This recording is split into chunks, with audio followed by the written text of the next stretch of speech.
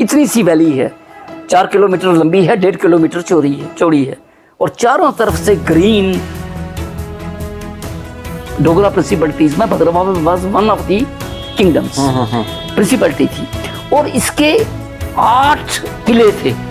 भद्रवा का किला was one of the most secure prisons, very high security prison था। जो राजपूत जम्मू से आए हैं, यहाँ के ऑफिशियल्स होंगे, तो वो प्योर डोगरी वही बोलते हैं जो आज जम्मू में बोली जा रही है।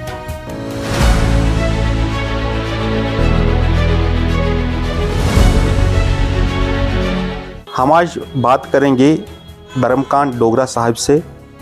डोगरा साहिब ने अपनी ज़िंदगी में 6 किताबें लिखी है और 2 किताबें इनकी अंडर प्रिंट है। इन्होंने बहुत अंग्रेज़ी और हिंदी में लिखा है। इनकी 2 किताबें रिसेंटली पब्लिश हुई है जो कि अवेलेबल है मार्केट में। एक का नाम है भद्रवा द अनएक्सप्लोर्ड हेवन और दूसरे का नाम है भद्रवा ए जर्नी थ्रू टाइम। इन 2 किताबों में इन्होंने जिक्र किया है भद्रवा के कल्चर, आर्ट, म्यूज़िक या फूड हो या यहाँ का टूरिज़्म हो, इन सब चीज़ों को इन्होंने एक ट्रैवल करके इकट्ठा किया है और अपनी किताबों में इन सब चीज़ों का जिक्र किया है। हम भी आज इनसे जानेंगे भद्रवा के बारे में, भद्रवा के कल्चर के बारे में और भद्रवा के बाकी चीज़ों के बारे में। डोगरा साहब, आपका बहुत बहुत शुक्रिया हमारे साथ प्रोग्राम में शामिल होने के लिए। तो आप हमें पहले बताइए अपनी किताबों के बारे में, जो आपने 2 किताबें भद्रवा पे रिसेंटली पब्लिश की है, उनमें किन किन चीज़ों का आपने जिक्र किया है ख़ास तौर पर? सब शुक्रिया और भद्रवा आने का वेलकम। Thank you. आपने बहुत अच्छा किया। मेरा ख्याल है आपको भद्रवा अच्छा लगा होगा। ये मेरी भद्रवा जन्मभूमि है। I was born and brought up here. तो इस जगह के साथ इश्क है। मैं और कोई लफ्ज़ मेरे पास नहीं, मोहब्बत है इस जगह से। वैसे भी खूबसूरत है, लेकिन अपनी जो बर्थ प्लेस है, जन्मभूमि है, वो सबको प्यारी होती है। मुझे ज़रा ज़रूरत से ज़्यादा प्यारी है। सो भद्रवा के बारे में एक कंसोलिडेटेड लिखा, बहुत लोगों ने लिखा है। बशीर भद्रवाई साहब हैं, बड़ी कंसोलिडेटेड और बहुत एग्जॉस्टिव किताब उन्होंने इस बारे में लिखी है। बड़े बड़े ज्ञानी और बड़े बड़े आलम फाजल लोग हैं जिन्होंने भद्रवा के बारे में लिखा है। मैं बड़ा अदना सा आदमी हूँ।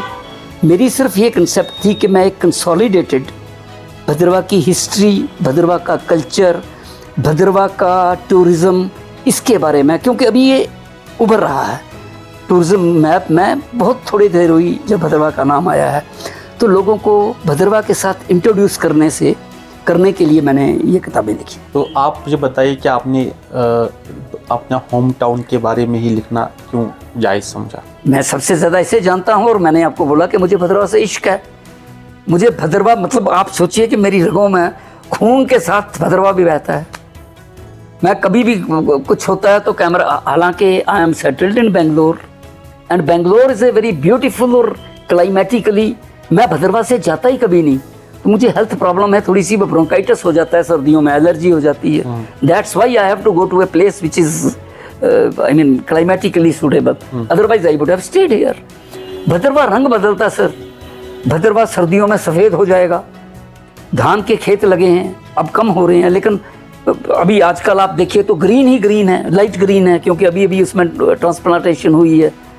थोड़ी देर के बाद ये डार्क ग्रीन होने शुरू होंगे जब ग्रो होंगे, फिर ये पीला होना शुरू हो जाएगा, फिर ये गोल्डन येलो हो जाएगा at the time of harvest. उसके बाद जब ये धान काटेंगे तो whole of the Bhadarwah will be your greyish and then it will be white. So ये भद्रवा की अपनी है। जंगल इतने नज़दीक आपको कहीं नहीं मिलेंगे सर। पानी की बहुतात आप डोडा में, मैं आई डोंट कंपेयर, ये नहीं कह रहा, पर पानी की आप बहुतात देखिए। जगह जगह आपको चश्मे मिल रहे हैं, नाग मिल रहे हैं, तो आपको कोई दिक्कत ही नहीं है। तो क्या चाहिए और? इतने जंगल, इतने घने जंगल और देवदार। देखें, डिफॉरेस्टेशन भी हो रही है, गलत चीज़ें भी हो रही हैं, उसके बावजूद इन स्पाइट ऑफ दैट भद्रवा में रीजनरेशन, जिस बेदर्दी से जंगलों को काटा गया, तो यहाँ तो ख़त्म हो गया होता। कई जगह गया हूँ जहाँ जंगल बहुत काटे हुए, यहाँ भी काटे हैं, बहुत बेदर्दी से काटते। लेकिन भद्रवा की क्लाइमेट ऐसी है कि रीजनरेशन बड़ी जल्दी होती है। मैं पोस्ट ग्रेजुएट इन बॉटनी, तो समहाउ दिस क्लाइमेट जो है, इसमें बड़ी जल्दी उग रहे हैं ये आपके जो पाइन ट्रीज हैं। तो यू फाइंड हियर ओनली। अभी भी ब्लैक फॉरेस्ट्स हैं, आप जाइए देखिए। In spite of all the things, DLP से लेकर फॉरेस्ट रेसिस से लेकर चोरों से लेकर सब करके उसके बावजूद भी अभी तक जंगल बरकरार है। ये यहाँ नीचे नीचे तक थे सर। इमेजिन करिए कि ग्रीन पेरीफ्री में it's just like a lotus, just like a cup shaped, देख लिया आपने, इतनी सी वैली है, 4 किलोमीटर लंबी है, 1.5 किलोमीटर चौड़ी है और चारों तरफ से ग्रीन फॉरेस्ट हैं और बीच में आपके फील्ड्स हैं जिसमें धान लगता है, जिसमें मक्की लगती है और उस वो कलर्स फसल के साथ साथ कलर्स बदलती है। तो ऐसी जगह और कौन मिलेगी।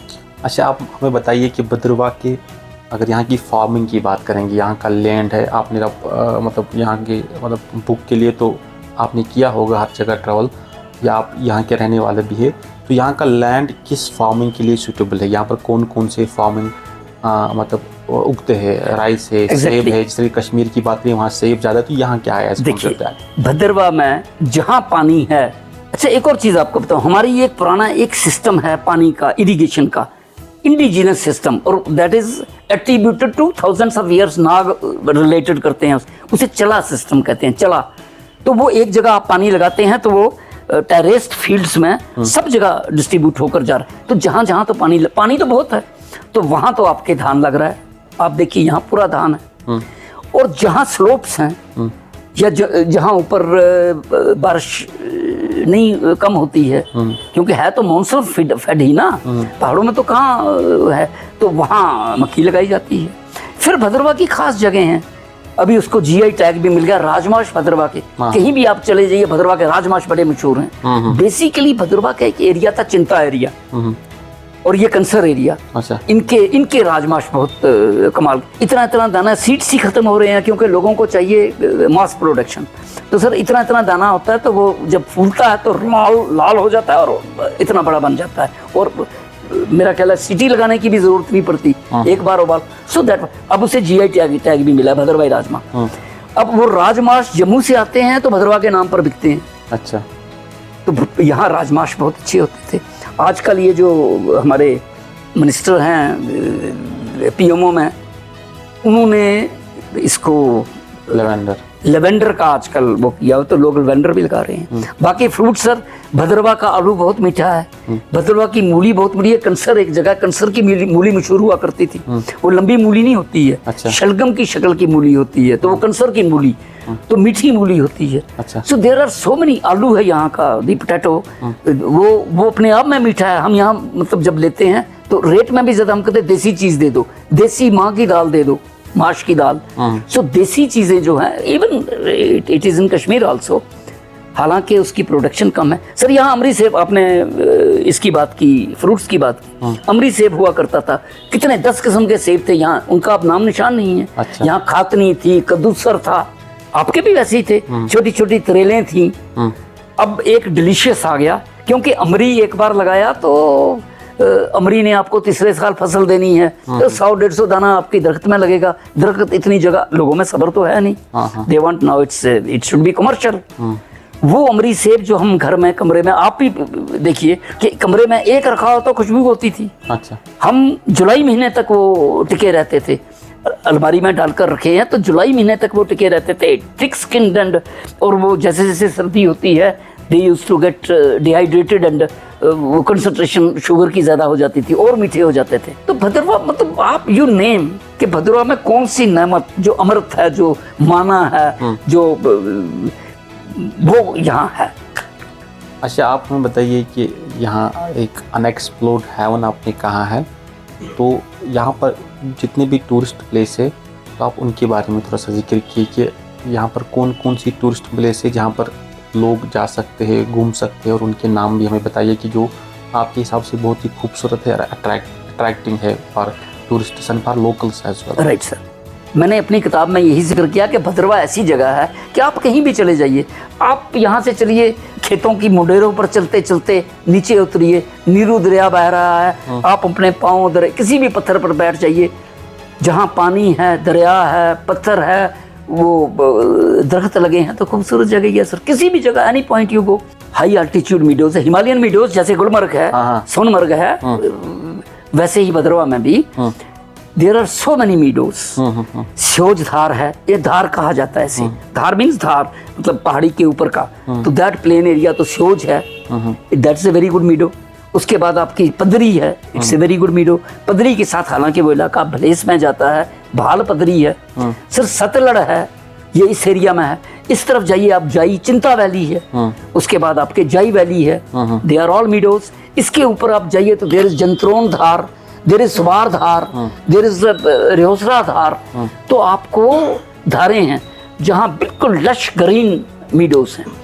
भद्रवा वॉज ए किंगडम, ये 22 प्रिंसिपलिटीज में, डोगरा प्रिंसिपलिटीज में Bhadarwah was one of the kingdoms, principality थी। और इसके 8 किले थे। किले को गढ़ कहा जाता है, परहैप्स यू नो गढ़ is a Sanskrit Hindi word गढ़। यहाँ छतरकला गढ़ है, छतरगढ़ कहा जाता है, वहां भी गढ़ था, अभी पत्थर पाए जाते हैं। उसके साथ सनालगढ़ है, उसके साथ ये सरतिंगल के पास हिरोतगढ़ है जिसे गढ़ कहा जाता है। ये आपका किला है, जितनी पहाड़ियां हैं इनको सिक्योर कर दिए, किला वाली पहाड़ी, इसे रतनगढ़ कहा जाता है, तो जिसके ऊपर किला है। उसके साथ आपके टिल्लूगढ़ है, उसे अभी भी टिल्लूगढ़ कहा जाता है। उसका नाम तिलकगढ़ था, अब वो टिल्लूगढ़ हो गया है। ठीक है सर। यहाँ आपके शहर में एक अटालगढ़ है। अच्छा, ये मैंने 8 आपको गिनकर बता, और एक रेहीगढ़ है सरोलबाग के ऊपर। तो ये इतनी सिक्योर और इतने यहाँ, अभी उनमें से एक किला बचा हुआ था। ये किला 2008 तक डिस्ट्रिक्ट कोर्ट रहा। शेख मोहम्मद अब्दुल्ला यहाँ से जब वो उन्हें एज फॉर देने के लिए, हुकूमत देने के लिए हरि सिंह ने बुलाया, तो he was imprison here. He went from Bhadarwah. Bhadarwah का किला was one of the most secure prisons, very high security prison था। आज जाकर देखिए टूट गया है, उसके अंदर सब खाली कर दिया। एक टेम्पल था वहाँ छोटा काली का, बस वो बचा है, बाकी इट्स ऑल गॉन। यहाँ पर कौन कौन सी लैंग्वेज बोली जाती है? कि यहाँ पर हमने भी देखा कि डिफरेंट लोग डिफरेंट लैंग्वेज बोलते हैं। क्या भद्रवा की कोई अपनी लैंग्वेज भी है? जी वही मैंने आपसे अर्ज किया कि भद्रवा की एक लैंग्वेज है, भद्रवाई लैंग्वेज, जो independent language, it has been declared as a and recognised as a independent language linguistics ने। और उसकी मैंने आपको बताया कि उसके वो भी हैं, उसकी डायलेक्ट्स हैं अपनी। तो लेकिन वो भद्रवाई है।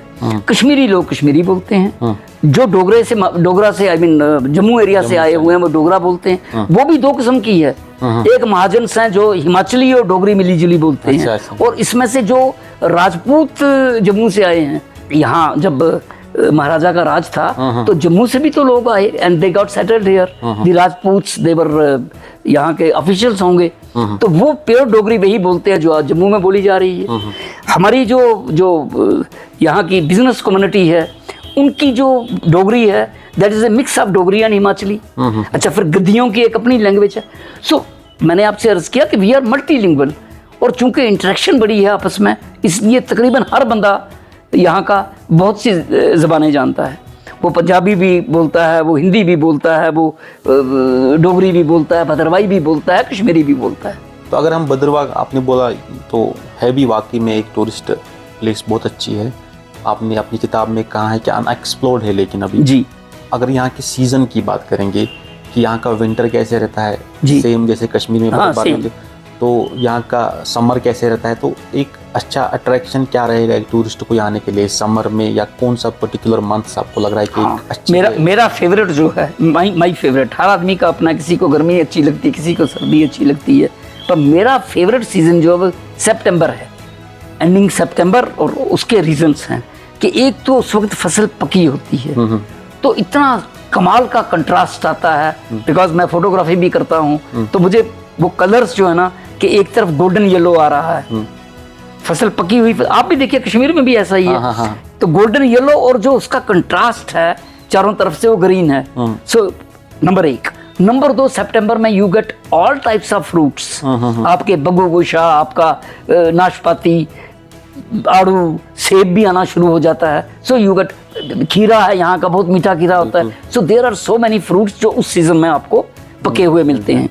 तीसरी बात है कि वो यहाँ फेस्टिवल्स का, लोकल फेस्टिवल्स का सीजन भी है, कि वो मेला पट है, कैलाश यात्रा है, वगैरह वगैरह ये किस्म की। फिर यहाँ की अपनी एक लोकल त्यौहार है, जाटल कहते हैं उसे, जाटल, यात्रा से जात्रा बना, जात्रा से जाटल बना।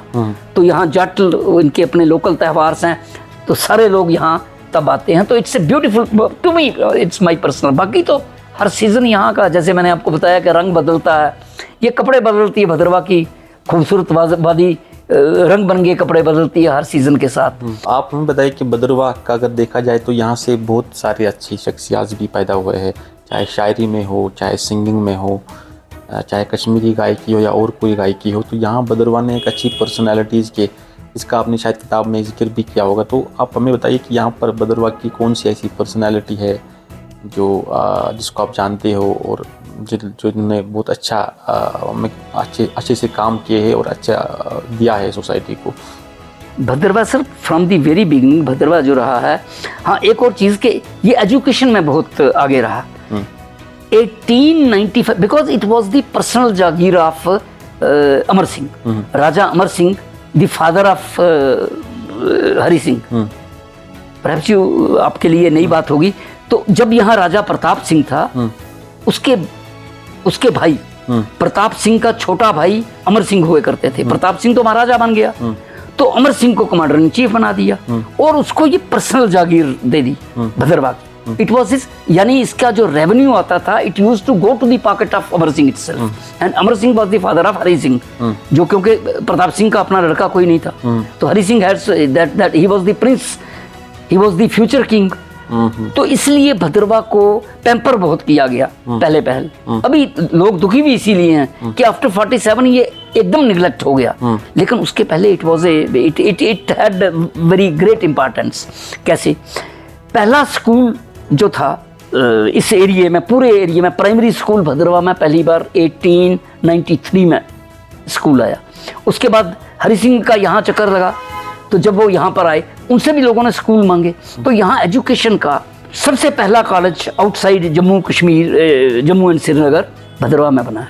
1955 का कॉलेज है, इसलिए एजुकेशन यहाँ बड़ी रही। एजुकेशन होने से, and it was free education thanks to the government of that time, तो इसकी लोगों की पढ़ाई की तरफ बड़ा रुझान रहा। हमने ब्यूरोक्रेट्स बहुत दिए। The first chief justice of J&K वजीर जानकी नाथ was a भद्रवाई। Doctor Parihar, Ghulam Rasool Azad, he was the director of education. Doctor Parihar, he was the director of health. तो जितनी भी टॉप मोस्ट जगह थी ब्यूरोक्रेसी में, they were occupied by भद्रवाईस। तो अब हम आपकी लाइफ की तरफ आते हैं। तो आपने भद्रवा के बारे में बहुत सारी बातें की, तो आप हमें बताइए कि आपकी लाइफ में राइटिंग के बगैर आप क्या करते थे? रिटायरमेंट के बाद आपने राइटिंग स्टार्ट? बड़ा आदमी हूँ, अपने बारे में क्या कहूँ, कुछ नहीं, वो बस खाक बसर, कुछ नहीं, nothing, I am nothing. It was all the grace of God. मैं नहीं लिखने वाला, I am nobody to write. मेरे हम कहाँ के दाना है किस हुनर में। एनी हाउ हुआ ऐसे है, ये ऊपर वाला तौफीक देता है, वही लिखाता है, वही बोलता है, वही लिखता है, वही लिखाने वाला है। हम तो कहीं भी नहीं है। तो मैं रिटायर हुआ, रिटायरमेंट के बाद ऐसा बेसिकली हुआ ऐसे था कि because I was the only son of my parents. मेरी my mother bore 11 daughters, so I was the only son. तो फिर वो ज़रूरत से ज़्यादा उन्होंने लाडला रखा। मुझे गुल्ली डंडा नहीं आता, मैं दरिया में नहीं गया, मैं तैर नहीं सकता, मैं I was a protected child, ज़रूरत से ज़्यादा प्रोटेक्टेड था।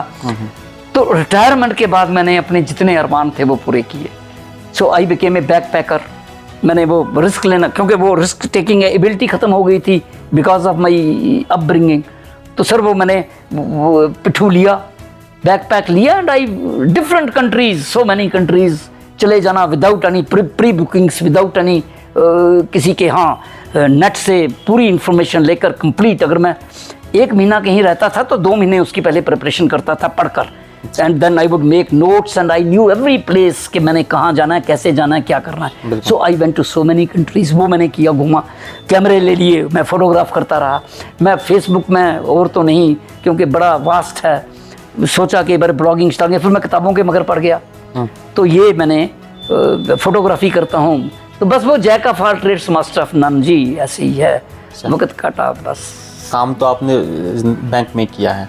बैंक में काम किया। बैंक मुझे ऊपर वाले की दया से, घर वाले, मतलब कभी मुझे एक ज़िंदगी में ऊपर वाले का सबसे बड़ा जो उसका मुझे नेमत दी उसने मुझे, वो दी मुझे संतोष, जिसे कहते हैं satisfaction. I was always satisfied in life. I am in perpetual bliss. यकीन करिए मैं हमेशा आनंद में रहता हूँ, बड़े मज़े में रहता हूँ। तो मुझे कोई, मेरा फर्स्ट क्लास गुजारा, मतलब मेरी फैमिली ठीक ठाक अपने मस्त है, मैं जो मर्ज़ी करता हूँ, घर में इंडिपेंडेंट है, मेरी वाइफ अपनी मर्ज़ी से ज़िंदगी काट रही है, मेरा लड़का अपनी लाइफ गुजार रहा है अकॉर्डिंग टू हिज ओन, और मैं अपने हिसाब से अपनी ज़िंदगी काट रहा हूँ बड़े आराम से। बस यही है कि सेहत ठीक है तो मैं एंजॉय कर रहा हूँ ज़िंदगी को पूरा जैसा मुझे अच्छा लगता है। जी डोगरा साहब, आपका बहुत बहुत शुक्रिया हमें टाइम देने के लिए और हमारे साथ बात करने के लिए। शुक्रिया, थैंक यू वेरी मच। आदाब सर। जो है आपके आसपास, आपके शहर का खास, वो दिखाएगा आपको DNN 24, आपका अपना डिजिटल न्यूज नेटवर्क। तो फिर कीजिए लाइक, सब्सक्राइब और फॉलो।